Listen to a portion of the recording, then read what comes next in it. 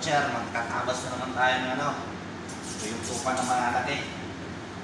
Sariwang-sariwa ito, panahon yung paano magtabas ng tupa. Nagawin itong by parts ha.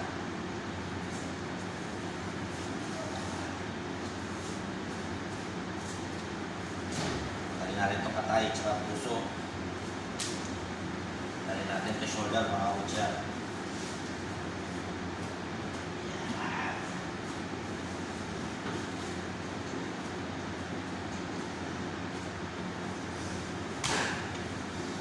Butcher pala, kahit yung dyan sa wheat market, pwede kayo mag-apply ng butcher dito sa Middle East, walang problema.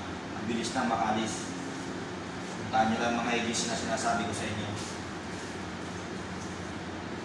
Yung right merit tsaka yung CDK, kahit nasa wheat market kayo, kumuha lang kayo ng certificate lang na parang ano, kahit hindi masyadong ano talaga na ano, basta katulad na trabaho kayo sa butcher, pasok kayo yung mga butcher.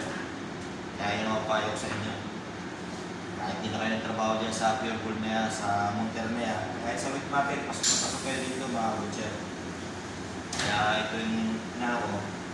Wala nang baboy dito kasi alam ko sa wheat market, ilang years din ako nagtrabaho dyan. Almost 8 years din ako dyan. Kaya shout out dyan sa mga taga Bonifacio.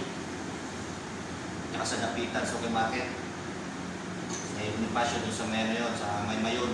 Sa corner ng Bonifacio, pupunta ng Balintawak yun mga butcher. Doon ako nagtrabaho dati sa palengke. Sa Gulayan din ako, sa side sa Babuyan. Parang centralized din ako doon. Kasi nga, hirap ang buhay ko dati. Kaya meron pa rin mga kabutcher. Siyempre, pag hindi tayo nakapagtapos sa pag-aaral, sa palengkero lang tayo mga kabutcher. Kaya, yung mga nais mag-abroad, basta pag mag-abroad kayo, mag-ipon-ipon na kayo mga butcher para kayo kumbayad kayo sa agency. Kasi nga, walang libre talaga sa ngayon. Kailangan talaga magpamayro tayo ng placement yung mga butcher. Kaya shoutout yan sa mga nagtrabaho sa wheat market. Walang problema. Kahit sa ang kayo nagtrabaho, pasok kayo dito sa bansang Middle East. Try nyo lang. Walang problema eh. Kung meron pala kayong mga kakilala na nagtrabaho sa malaking bansa, pwede rin kayo pumunta doon. Pero try nyo dito sa Middle East para kahit paano hindi kayo kabahan. Pag first time kasi, mga first time kasi nakakabahan talaga.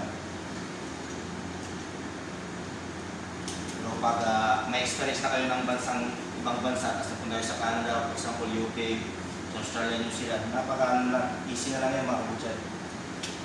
Kasi nakaharap na tayo ng iba-ibang lahi ng mga ano eh. Kaya yun ang papayo ko sa inyo. Nalalagarin ko yung mga butcher. Dito pala sa bansang Middle East, puro tupa ang babanatan dito, tupa at ramway.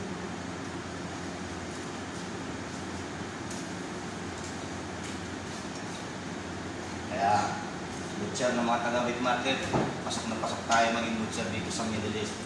Walang problema. Kung anong pinatrabaho ko dito, gano'n ang ginawa yung trabaho niyo. Wala lang baboy dito mga butcher. Baka tsaka kambing tayo. Kaya hanggang dito na lang mga butcher. Okay?